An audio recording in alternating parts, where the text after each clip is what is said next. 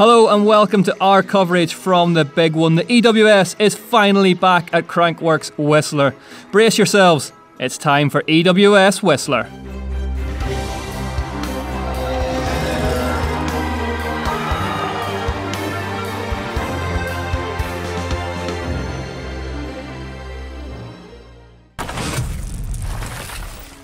Yes, after a 2-year hiatus, we are back in the mother of all bike parks, and what a course the Crankworx team have put on for the 4th round of this year's championship.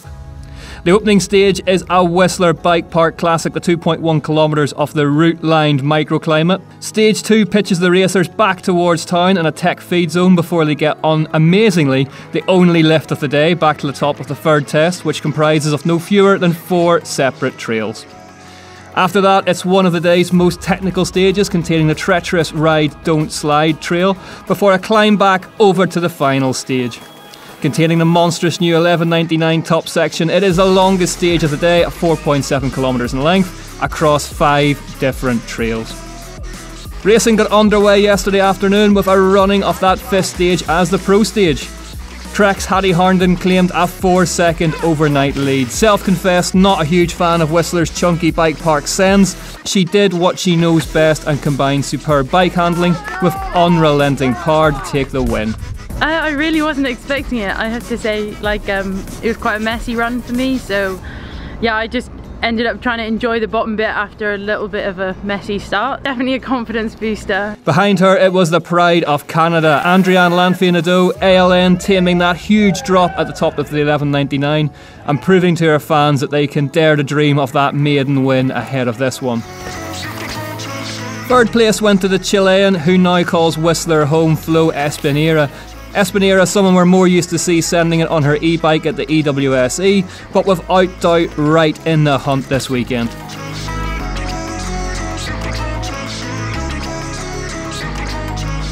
In the pro men's race, Canada Day continued. Jesse Melamed threw himself down the stage to clock an extremely healthy 6-second winning margin.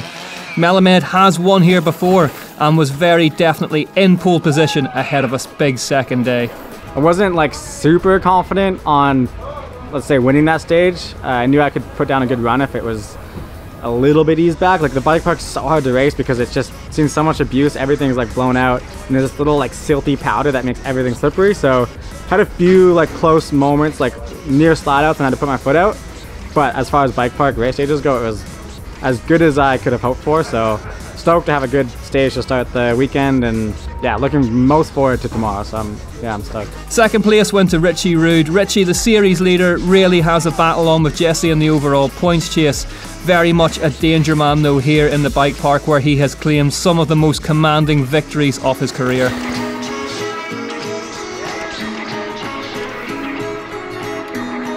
And in 3rd place, the champ and a racer really growing into this season with every stage race, Jack Moir, on the hunt for his first win of the season, and what a place this would be to deliver it.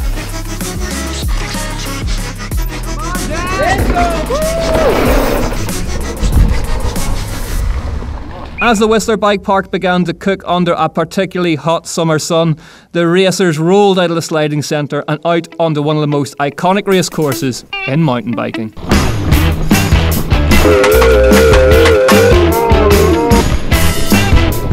Flo Espinera, racing in her adopted backyard, was up for this one. Released from the weight of an e-bike, the Orbea rider floated through the roots of microclimate and finished 3rd on the stage.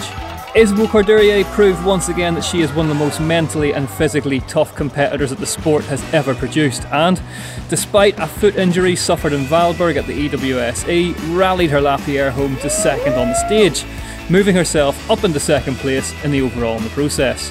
But there was no catching Lanfey-Nadeau. Harden could only finish 9th on the stage. ALN pounced. She put 6 seconds into the chasing pack and took control of the race in the process. Pivot's Matt Walker had finished the pro stage 4th on Saturday and was looking fast again on microclimate. Just ahead of Walker was Jack Moir, another stage, another 3rd place for the Canyon team captain. Richie Rude knew that there was a long day ahead and a lot of work to be done to keep Melamed within touching distance. But his task was made harder on the first stage of Sunday. His win on microclimate was a chunky 4.6 seconds. It meant that he now had a lead of 10.5 seconds. Flo Espinera was third again on stage 2. Clearly riding in a groove, she was proving to be a difficult proposition to get past on the overall.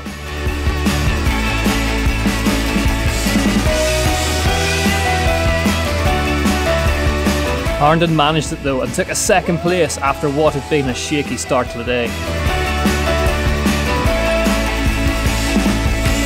Fastest though was Bex Baraona. The Yeti rider powered her way home to finish just over a second ahead of her compatriot. After the first clashes of Sunday then, here's how things stood on the road.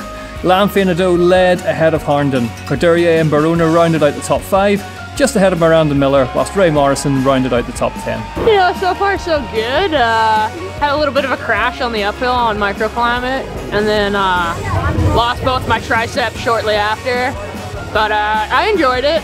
Golden Boner's never my favorite, but I'm glad to get into the bike park now. And I'm doing quite okay. I'm just like holding on. It's really tough. The liaisons are a bit short and my fitness level is a bit down there. So it's a tough race. Everyone knows it. So I'm just like trying to have fun and manage my energy towards the day. I just found out I won the second stage of the day. So yeah, buzzing. Proper, really good to just shout with the team like when I found out everyone was buzzing, so that's given me some good energy for the next couple of stages. I had a bit of a slow start to the day on the first one, just kind of getting into it. It's very different to the style of the pro stage yesterday, so yeah, just taking it as it comes, and then the last stage we just did was really good, so I kind of felt like I'm getting up to speed, which is nice, so building as the day goes on, hopefully. Yeah, no, the crowd here in Whistler is amazing. I hear a lot of familiar voices and I can sneak a hug at the bottom of most of the finishes, so that's just so special. I'm really happy, and it's definitely carrying me because I'm hurting a lot. My ankles are taped up, but I'm definitely in pain. So one stage at a time today, and I'm really hoping that it holds. In the pro men's race, Eddie Masters was working his way back through the field after a disappointing start to the day. He came third on the stage. Richie Rude was not hanging around. That second place in last year's overall still stung, but it was now a long way behind him, and the American knew that attacking was the only way that he'd achieve his goals of a third overall crown. But he still couldn't get past Jesse. Melamed was in control of everything around him and fully in the zone. He took his third stage win on the bounce. Jesse Melamed's lead confirmed then at just over 11 seconds. A trio of Kiwis head up 4 Canadians, including Carter Krasny having the ride of his life up in 9th. Another man on the move up the rankings was Remy Gauvin. First 2 today have been pretty tough, like physical, it's so hot. I reckon I'm about 5 bottles deep and my piss is still yellow, so if that's anything to go by, hydration is key. Yeah, pretty rough, so good enduro racing. Had a pretty good couple runs this morning, kind of messy, but I've stayed on the track, so getting better. A fair bit of time to be made up on these, they're long stages. I suppose the one we're doing now has got a bit of bike park at the start, but yeah, it's like pretty, there's time to be lost as well because it's pretty like gnarly and hard to remember where you're going, so easy to make a mistake. A little bit behind Jesse, so yeah, pressure's on to catch back up, and yeah, a little bit hard to give the momentum going on the weekend, but I mean, got 3 more stages today. We did 2 this morning, so kind of looking forward to it. The third stage was the Queen stage and featured the steepest descent of the race, as well as overall points for the winners. Scotland's Ella Connolly, a race winner at EWS Tweed Valley, was back in action in Whistler, riding only weeks after breaking her elbow. She finished the toughest stage of the day in 4th. Was this to be a crucial point of the race? Adrienne Lanfeanado, the race leader, was beaten home by Isabelle Couturier. The French rider was now up 2 spots and into 2nd place in the overall, with Adrienne's lead now reduced to just 5 seconds. Harden was now in 3rd. The stage winner was Morgan Schauer, 2nd in the overall heading into this round. The French rider was coming on strong as the stages got tougher. Martin Mays and Greg Callahan both had good 3rd stages and were 3rd and 4th on the stage respectively. 2nd place went to Jack Moir, whilst Richie Rude clocked his 1st stage win of the race by just over 3 seconds, taking the points in the process.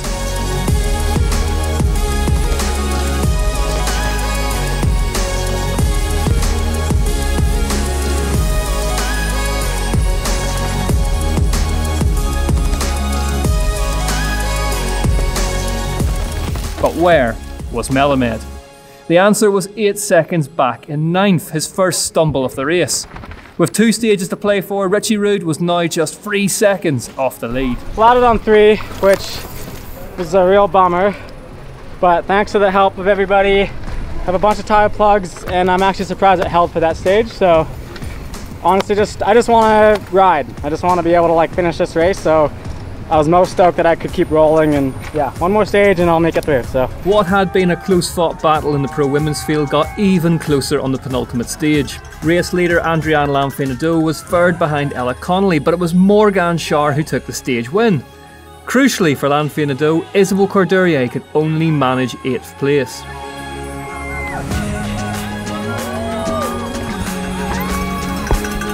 That means that with one brutally long stage remaining, it was now Morgan Schär who was closest to the woman who had led right from the pro stage.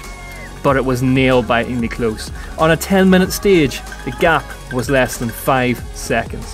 Harden remained in a podium berth, but Courdurier and Espinera were in close proximity should she stumble. It felt really hard, and I think it's the same for everyone, so it felt really messy, but I think that's just the tiredness kicking in. So I think it still went okay though, and I believe I'm still in the mix a little bit, so just one more to go, and fingers crossed. I think after yesterday, like, I know I can go fast, so just gotta trust my judgment and go with it. Martin Mayes was cracking on now and growing into the race. He was third on stage 4, just ahead of Sławomir Lukasik. At the front, Jessie Melamed was under pressure. Rude lives for the big physical stages, and the biggest was just around the corner on 5. Maximum attack from Jessie on 4 was the only option to give himself as much of a buffer as possible. The plan worked. Melamed won his 3rd stage of the race ahead of his rival for both the race and the title, by a healthy margin too, nearly 7 seconds. So before that huge final stage, let's remind ourselves of how the overall was looking. It was, as we've become used to seeing this season, Melamed versus Rude at the front. The gap was good, but after a full day of racing the roughest, toughest stages of the Whistler Bike Park, Melamed had only managed to eke out 4 seconds from the relentless Rude. Moir looked more secure for a podium spot ahead of Walker. Canada was well represented in the top 10 with Evan Walford Vinci just ahead of teammate Greg Callahan in 9th. The 5th and final stage awaited. There were 4.7 kilometres more to race, 600 vertical metres of descending, and there could only be one winner on the top of each podium.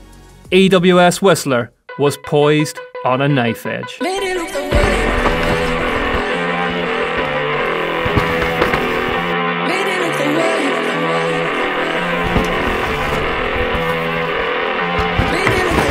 Flo Espinera had stayed consistent all day, and a 2nd place on the final stage moved her onto the podium in 3rd.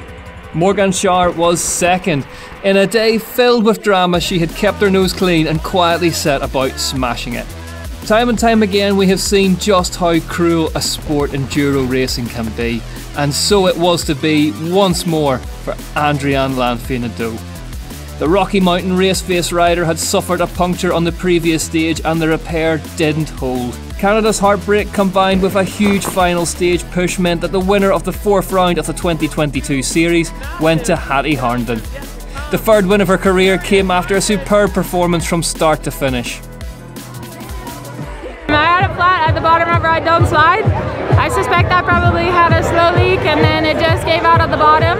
And then I just pushed in the berm before the big drop as if it was my normal pressures, and my back gave out. So it's racing. I can't believe it. In one moment of my life I thought this moment will never come, and to make it true, like after all what happened in my career, it's just I'm really grateful. I'm happy about it. It got better and better. Like yesterday I was pretty far back, and even this morning I was riding well but doing mistakes and everything, and this afternoon I just felt so good, and I really enjoyed the tracks. And I didn't know I was in the contention after the middle of the day, so I just rode the best I could at the end, and it was enough, so yeah. One of the performances of the day had to go to Remy Gauvain. He'd worked his way through the ranks all day and set about clocking his best result in several seasons in front of his home crowd. 3rd place on the day for Gauvain.